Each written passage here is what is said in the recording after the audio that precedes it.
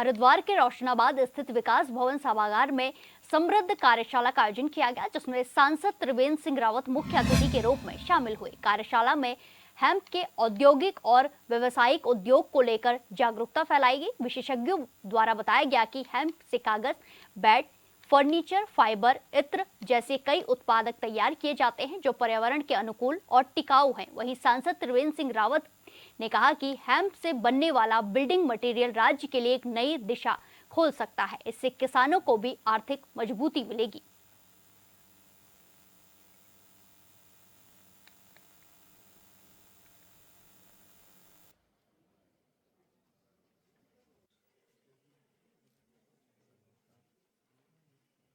इन्होंने हेम्प पर यानी कि भांग, जिसको हम बोलचाल की भाषा में बोलते हैं, उस पर इन लोगों ने बिल्डिंग मटेरियल तैयार किया है और इन्होंने अपने गांव में एक होम स्टे भी से तैयार किया है।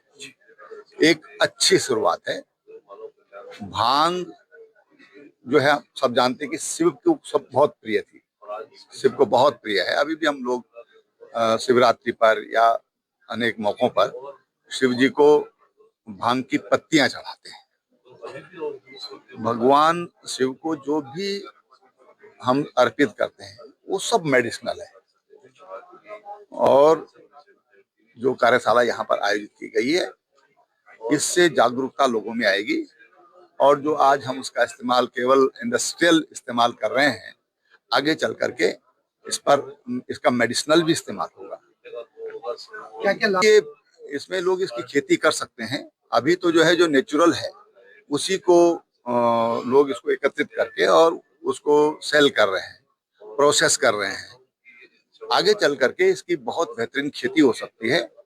यूरोपियन देशों ने और अमेरिका में भी कुछ देशों ने इसकी खेती बहुत विशाल रूप में वो कर रहे हैं। तो धीरे धीरे इसकी खेती हो तो किसानों को एक अच्छा प्रॉफिट हो। लेकर ये कार्यशाला थी और गौरव दीक्षित जी और उनकी जो बिजनेस पार्टनर भी कहने लापेंद्र जी, उन दोनों ने संयुक्त रूप से इस पे काम शुरू किया है। हमें भी यहाँ जाकर आकर बहुत सारी नई जानकारी हेम्प के बारे में होती है। नहीं तो जो आम समाज के अंदर जो एक धारणा है भांग को, हेम्प को लेकर, वो इसके बिल्कुल विपरीत है। लेकिन ये भी बात सच है कि भगवान भोलेनाथ पर पूजा में इसका प्रयोग किया जाता है, उनको चढ़ाया जाता है। तो निश्चित रूप से भगवान को जो चीज समर्पित की जा रही है वो कहीं ना कहीं मानव कल्याण की दृष्टि से कह लीजिए कि भगवान उसी का सेवन करते होंगे, है ना। तो मैं मानता हूँ कि जो इन्होंने चीजें बताई और माननीय सांसद जी ने जिस तरह से बताया कि कैंसर में, टीबी में और अन्य भी बहुत सारी जो व्याधियां हैं या बीमारियां हैं, उनमें उसका उपयोग पहले से भी होता रहा है।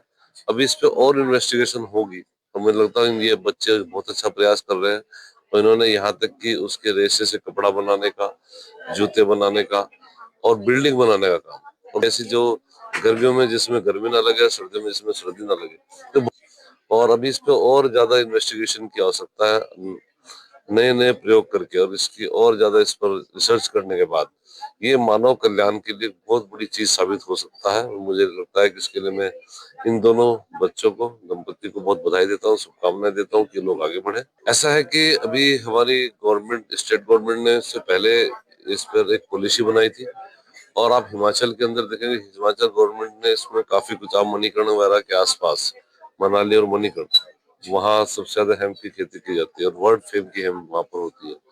तो उन्होंने उसको, उस भ्रांति को दूर किया और मैं समझता हूँ जिसका औषधीय उपयोग होने लगा, आज भी होता है। आज भी यदि आप आयुर्वेद के किसी विद्यार्थी से बात करेंगे, किसी डॉक्टर से बात करेंगे, तो आपको बताएंगे आज भी बहुत सारी दवाइयों में हेम्प का उपयोग होता है। लेकिन उसका सही ढंग से प्रचार प्रसार हो ताकि लोग इस भ्रांति से बात